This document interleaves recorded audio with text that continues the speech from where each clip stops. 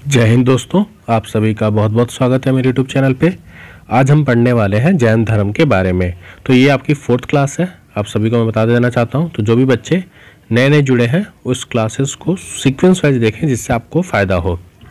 जैन धर्म की अगर हम बात करें तो जैन धर्म के संस्थापक ऋषभ देव थे। वे जैन धर्म के प्रथम तीर्थंकर हैं। उन्हें आदित्यनाथ, वृषभनाथ भी कहा जाता है। जैन धर्म में कुल 24 तीर्थंकर हुए। 23वें तीर्थंकर पार्श्वनाथ थे, जिनका जन्म काशी में हुआ था और इनके पिता अश्वसेन काशी के राजा थे। उन्हें ज्ञान की प्राप्ति संवेद पर्वत पर हुई थी और उन्होंने 4 महाव्रत की शिक्षा दी। कौन सी? सत्य, अहिंसा, असत्य, अपरिग्रह। यहाँ पर 24 तीर्थंकर 23वें ज़्यादा पूछा जाता है, तो पार्श्वनाथ, ये याद रखिएगा। महावीर स्वामी जैन धर्म के 24वें तीर्थंकर थे महावीर स्वामी। 23वें कौन थे? पार्श्वनाथ, ये थोड़ा याद रखिएगा। महावीर स्वामी को जैन धर्म का वास्तविक संस्थापक माना जाता है। उनका जन्म 540 ईस्वी पूर्व, कुछ जगह 499 ईस्वी पूर्व भी दिया गया है, में कंडू ग्राम वैशाली में हुआ था। महावीर स्वामी के पिता का नाम सिद्धार्थ, जो ज्ञातिक कुल के प्रधान थे। इनकी माता का नाम त्रिशला, जो लक्ष्मी गणराज की राजकुमारी थी। इनकी पत्नी का नाम यशोदा था। उनकी पुत्री का नाम प्रियदर्शनी, या ये सब चीज़ें उतना नहीं पूछता। उन्होंने 30 वर्ष की आयु में गृह त्याग किया और 12 वर्ष की कठोर तप के बाद उन्हें ज्ञान की प्राप्ति और ग्राम में कृपालिका नदी के तट पर साल वृक्ष के नीचे। अब देखिए वहां पे कौन सी नदी थी गौतम बुद्ध जी के समय में, और कौन सा पेड़ था, ये आप मुझे कमेंट करके बताइएगा अगर आपको याद हो तो। यहाँ याद रखिएगा कि महावीर जी ने त्रिजुपालिका नदी के तट पर और साल वृक्ष जो पेड़ के नीचे इनको ज्ञान की प्राप्ति होती है। जैन धर्म के त्रिरत्न की बात करें तो सम्यक दर्शन, सम्यक ज्ञान और सम्यक आचरण। ठीक है, तो बाकी जो मैंने आपसे पूछा है क्वेश्चन बौद्ध धर्म के बारे में, उसका आंसर जरूर दीजिएगा। जैन धर्म के 5 महाव्रत हैं। सत्य मतलब झूठ नहीं बोलना, अहिंसा हिंसा नहीं करना, असत्य चोरी नहीं करना, अपरिग्रह धन का संग्रह नहीं करना, और ब्रह्मचार्य इंद्रियों को वश में करना। 5वां महाव्रत ब्रह्मचार्य महावीर स्वामी द्वारा प्रतिपादित किया गया। अकेंतावाद या सादावाद या सप्तमी भंगी ज्ञान सिद्धांत का संबंध जैन धर्म से है। तो अनेकांतावाद या फिर सैदावाद, ये याद रखिएगा, ये इनका धर्म मतलब इनका रिलेशन जैन धर्म से है। महावीर स्वामी ने अपना पहला उपदेश राजगृह में दिया था और उन्होंने सारनाथ में दिया था, याद हो अगर आपको तो। जैन धर्म के तीर्थंकर एवं उनके प्रतीक, पहला, दूसरा और 23वां 24वां, यही पूछा जाता है। पहले तीर्थंकर कौन थे? ऋषभ देव। इनका जो चिन्ह था, प्रतीक था बैल। दूसरे तीर्थंकर अजितनाथ, इनका जो था हाथी। तीसरे तीर्थंकर पार्श्वनाथ, सर्प। और लास्ट जो थे 24वें तीर्थंकर महावीर स्वामी, इनका था सिंह। महावीर स्वामी के अतिरिक्त 12वें तीर्थंकर वाशुपुजरय का जन्म बिहार में हुआ था। ठीक, जो मतलब महावीर स्वामी के अलावा जो 12वें तीर्थंकर थे वाशुपूज्य, उनका भी जन्म बिहार में हुआ था। आगे बात करते हैं जैन की संगीतियां। प्रथम जो जैन संगीतियां हुई थी वो 310 ईस्वी पूर्व में पाटलिपुत्र, जो बिहार में है, चंद्रगुप्त मौर्य के समय हुआ था। अध्यक्ष इसके स्थूलभद्र थे और दिगंबर एवं श्वेतांबर में जैन धर्म का विभाजन इसी टाइम पे हुआ था। और जैन धर्म के 12 अंगों का संकलन, ये भी आपका प्रथम जो जैन संगीतियां हुई थी, कहाँ पर? पाटलिपुत्र में, चंद्रगुप्त मौर्य के समय 310 ईस्वी में, ये आपको याद रखना है। दूसरा बात करें तो 512 ईस्वी पूर्व वल्लभी गुजरात में हुआ था। इसके जो अध्यक्ष थे वे आपके देवर्दी थे और जैन धर्म ग्रंथों का अंतिम संकलन यहाँ पे हुआ था। तो प्रथम वाला इंपॉर्टेंट है क्योंकि पूछा जाता है कि जैन धर्म में जो आपका विभाजन हुआ था दिगंबर और श्वेतांबर के बीच में, वह किस वर्ष या फिर किस शासक के समय में हुआ था और कौन सा स्थान था, तो ये पूछा जाता है।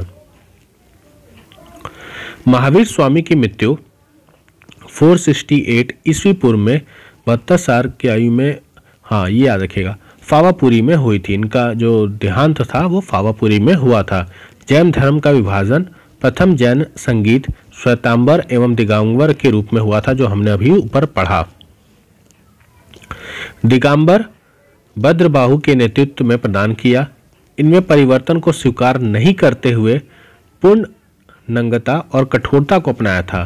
जो दिगंबर थे, इन्होंने भद्रबाहु के नेतृत्व में परिवर्तन को स्वीकार नहीं करना, और श्वेतांबर जिन्हें स्थूलभद्र के नेतृत्व में प्रदान किया गया, इसमें श्वेत वस्त्र पहनने की परंपरा थी।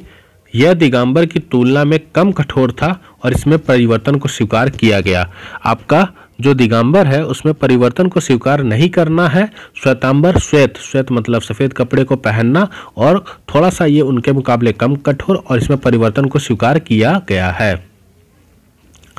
बात करते हैं संगु वंश की। मौर्य वंश के अंतिम शासक बृहद्रथ की हत्या कर पुष्यमित्र संगु ने 185 ईस्वी पूर्व में संगु वंश की स्थापना की थी। तो मौर्य वंश के अंतिम शासक बृहद्रथ की हत्या कर पुष्यमित्र संगु ने अपने संगु वंश की स्थापना की थी। पुष्यमित्र संगु ब्राह्मण था, वह बृहद्रथ का सेनापति था। पुष्यमित्र ने सेनानी की उपाधि ली, जिससे वह यवनों के आक्रमण को विफल किया था। पुष्यमित्र ने 2 अश्वमेघ यज्ञ करवाए, इसमें पुरोहित पतंजलि थे। ये पूछा जाता है कि किस शासक के समय 2 अश्वमेघ यज्ञ करवाया गया था, तो याद रखिएगा पुष्यमित्र, ठीक है, संगु वंश, और इसके पुरोहित कौन थे? पतंजलि थे। पुष्यमित्र की मृत्यु के बाद इसके पुत्र अग्निमित्र ने राजा बना। कालिदास के नाटक मालविकाग्नि मित्रम में अग्निमित्रम एवं मालविका का वर्णन किया गया है। तो आप ये याद रखिएगा कि कालिदास का जो नाटक है मालविकाग्नि मित्रम में अग्निमित्र और मालविका का वर्णन किया गया है। इस वंश के अंतिम शासक देवभूति थे। बात करते हैं कण्व वंश की। तो कण्व वंश की स्थापना वसुमित्र ने देवभूति की हत्या करके की थी। वसुमित्र शुंगों के आमंत्रण मंत्री थे। कण्व वंश भी ब्राह्मण वंश था। इस वंश का अंतिम शासक सुशर्मा था और सातवाहन वंश के संस्थापक शिशुमुख ने सुशर्मा की हत्या कर कण्व वंश का अंत कर दिया था। कुषाण वंश।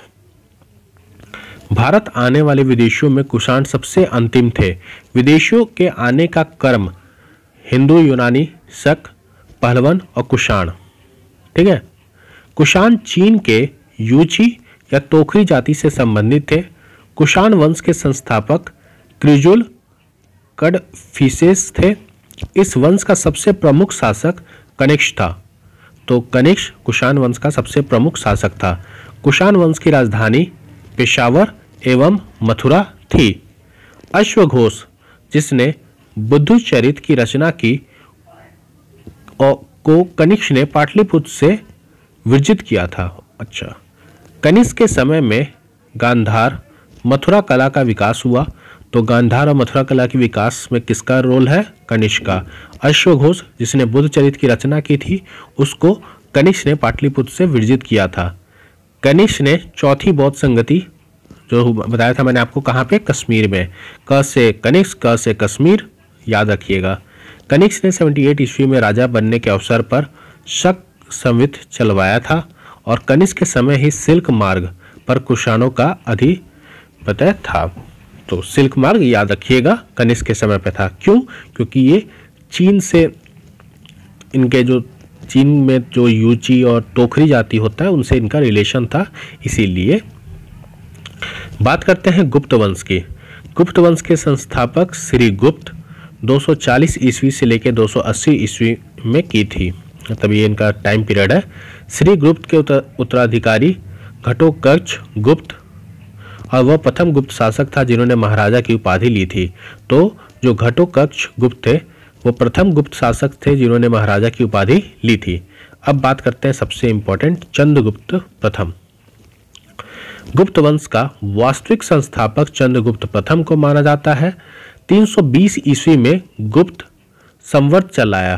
किसने? चंद्रगुप्त प्रथम ने। और चंद्रगुप्त प्रथम ने लिच्छवियों के राजकुमारी कुमारी देवी से विवाह किया था और वह प्रथम गुप्त शासक था जिसने महाराजा धीराज की उपाधि धारण की थी। तो महाराजा की उपाधि किसने धारण की थी? घटोत्कच गुप्त ने। अब महाराजा धीराज की उपाधि किसने धारण की? चंद्रगुप्त प्रथम ने। बात करते हैं समुद्रगुप्त की। इतिहासकार स्मिथ ने समुद्रगुप्त को भारत का नेपोलियन, इंपॉर्टेंट है याद रखिएगा, क्वेश्चन आते हैं यहाँ से, समुद्रगुप्त को भारत का नेपोलियन कहकर संबोधित किया था। समुद्रगुप्त ने पराक्रामक और अप्रतिष्ठित आदि को उपाधि धारण की थी।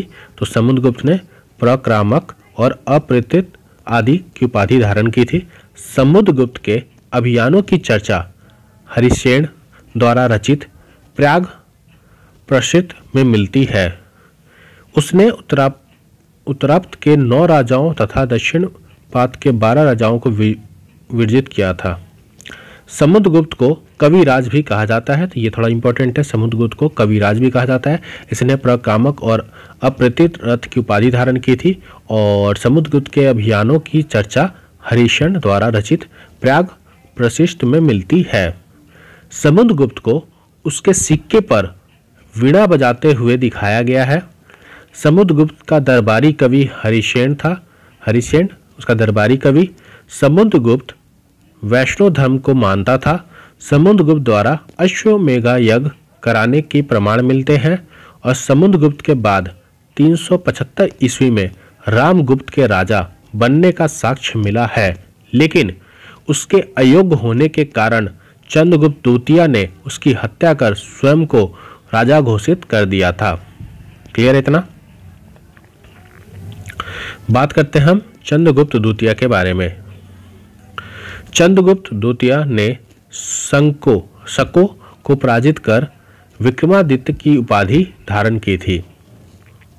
देखिए, जब आप एंशिएंट इंडिया पढ़ेंगे तो इसमें बहुत सारी ऐसी जगह हैं जहाँ आपको रटना पड़ेगा कि चंद्रगुप्त मौर्य को विक्रमादित्य, महाराजा धीराज, फिर वो सब चीज़ें। तो ये कुछ चीज़ें ऐसी हैं जो आपको रटनी पड़ेंगी।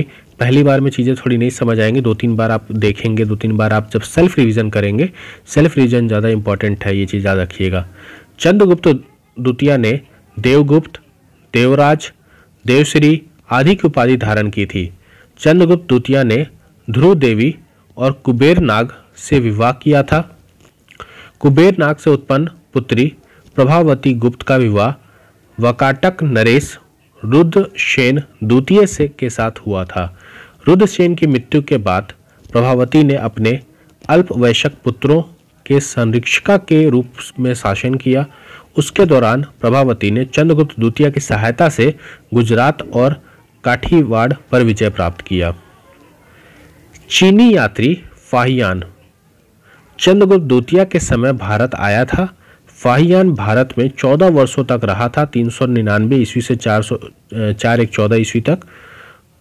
चंद्रगुप्त द्वितीय को मेहरौली और लौह स्तंभ में चंद नाम से संबोधित किया गया है। मेहरौली लौह स्तंभ चंद्रगुप्त द्वितीय का माना जाता है।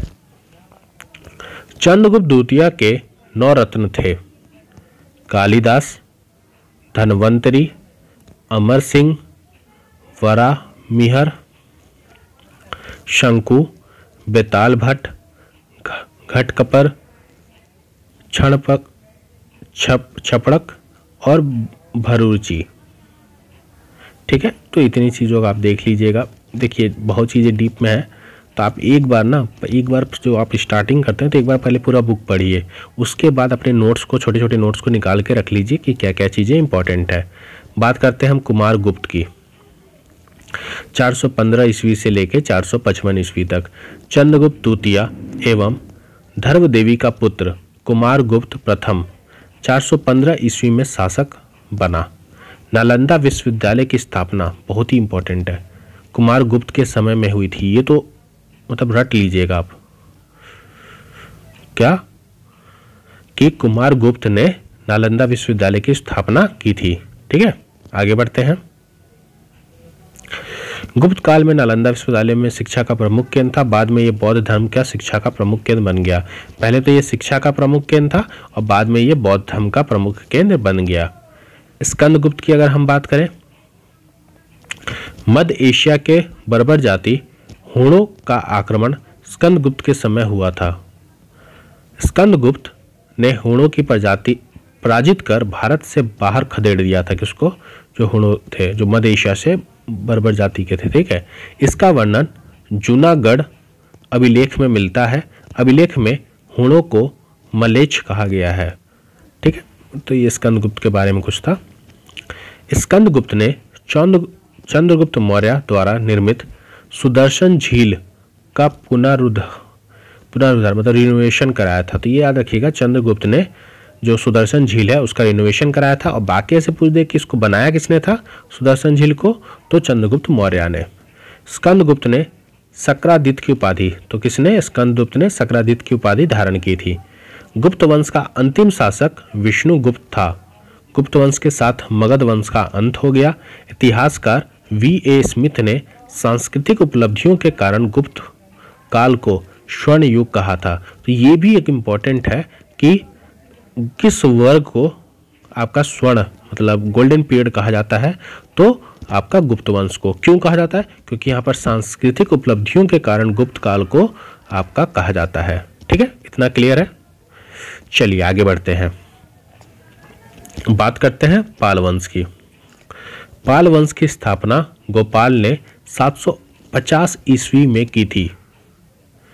गोपाल के अंदोदपुरी विश्वविद्यालय की स्थापना बिहार शरीफ में की थी। तो पाल वंश का संस्थापक कौन था, गोपाल। कब, 750 ईस्वी में इसने की थी। और गोपाल ने जो औदंतपुरी विश्वविद्यालय है उसकी भी स्थापना बिहार शरीफ में की थी। इस वंश का सबसे प्रमुख शासक धर्मपाल था। धर्मपाल ने विक्रमशिला विश्वविद्यालय जो भागलपुर की स्थापना और सोमपुर, अच्छा वो अलग है, तो ये भी याद रखिएगा। देखिए, एक तो ये विश्वविद्यालय यहाँ आ गया, दूसरा चीज़ हमने यहाँ पढ़ा था नालंदा के बारे में। तो ये कुछ इंपॉर्टेंट चीज़ें हैं जिसको आप लोग ना याद रखिएगा। जैसे ये भी V.M. स्मिथ ने इसको स्वर्ण युग कहा था। तो ये कुछ इंपॉर्टेंट चीज़ें हैं जो मैं आपको अंडरलाइन कर देता हूँ। ये सब क्वेश्चन ना पूछे गए हैं, इसलिए आपको मैं चीज़ें बता रहा हूँ। औदंतपुरी विश्वविद्यालय की स्थापना किससे की, आपसे पूछ देगा, तो आप याद रखिएगा गोपाल ने की थी पाल वंश के। विक्रमशिला विश्वविद्यालय की स्थापना धर्मपाल ने की थी। ठीक है। सोमपुर महावीर वर्तमान में बांग्लादेश में है का निर्माण भी धर्मपाल ने करवाया था। धर्मपाल ने त्रिपक्षीय संघर्ष में प्रतिहारों एवं राष्ट्रकूटों से संघर्ष किया था। धर्मपाल प्रतिहार शासक वस्त्रराज से पराजित हुआ। बाद में धर्मपाल ने राष्ट्रकूट शासक ध्रुव और प्रतिहार शासक वस्त्रराज को पराजित किया। उसने कुछ समय के लिए कन्नौज पर अधिकार भी किया। धर्मपाल के उत्तरापतस्वामी की उपाधि धर्मपाल ने धारण की थी। धर्मपाल के बाद उसका पुत्र देवपाल 1810 में शासक बना। तो धर्मपाल का पुत्र देवपाल ने मुंगेर को अपनी राजधानी बनाई। तो पूछ सकता है कि मुंगेर को अपनी राजधानी किसने बनाई थी, तो धर्मपाल ने। तो थोड़ा सा देख लीजिएगा, अगर आ जाए तो अच्छी बात है। देवपाल ने जावा इंडोनेशिया के शैलेंद्र वंशी शासक बालपुत्र देव को नालंदा के विहार बनाने के लिए 5 गांव दान दिए थे। तो देवपाल ने इंडोनेशिया के शैलेंद्र वंशी शासक को बालपुत्र देव को नालंदा में विहार बनाने के लिए, विहार वो जगह होता है जहाँ पे बौद्ध भिक्षु रहा करते थे, उसके लिए दान किया था 5 गांव। देवपाल के बाद विग्रहपाल, महीपाल, रामपाल आदि शासक किए। कलाकालीन कांसे की मूर्तियां अपनी कलात्मकता के लिए काफ़ी प्रसिद्ध थी।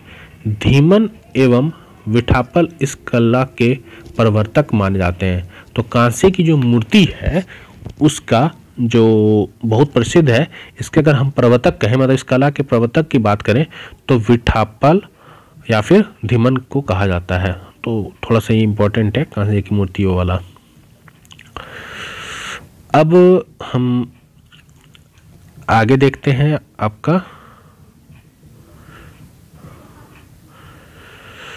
प्राचीन बिहार इतिहास के विभिन्न वंश, शासक एवं उसकी राजधानी।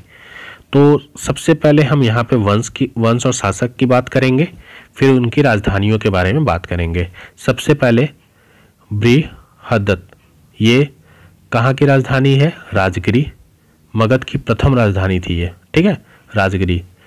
कौन सा शासक है, वंश है? बृहदत्त। फिर बिंबिसार की राजधानी भी राजगिरी थी।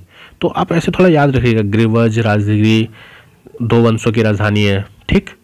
उदयन वंश पाटलिपुत्र, शिशुनाग वैशाली, कालाशोक पाटलिपुत्र, नंदवंश पाटलिपुत्र, मौर्य वंश पाटलिपुत्र,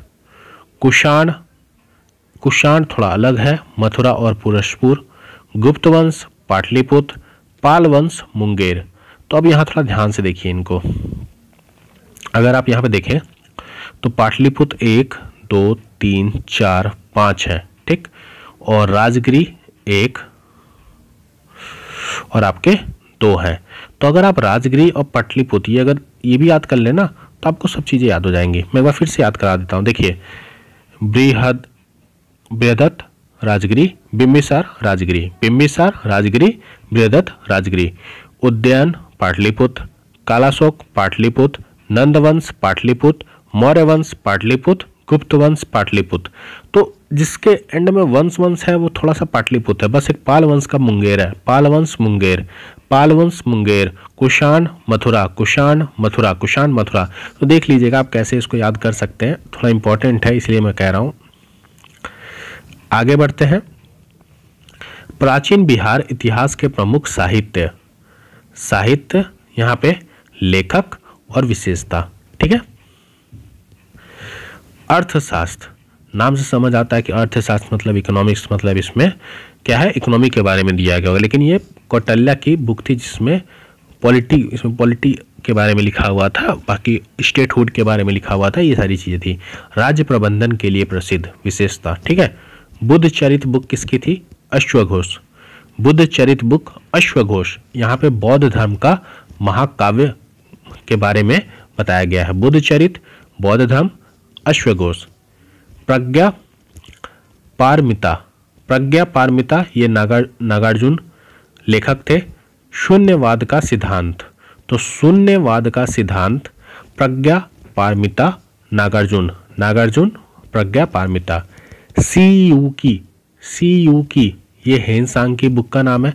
आपका ऐसे ही समझ आ जाएगा, थोड़ा सा अटपटा नाम है सी यू की, तो समझ जाइएगा कि ये इसके जो ऑथर हैं ये पक्का कभी बाहरी होंगे। तो हेनसांग, भारत का यात्रा विवरण, मतलब भारत जब आए थे वहाँ रहे थे तो उन्होंने पूरी अपनी यात्रा में भारत को दर्शाया है।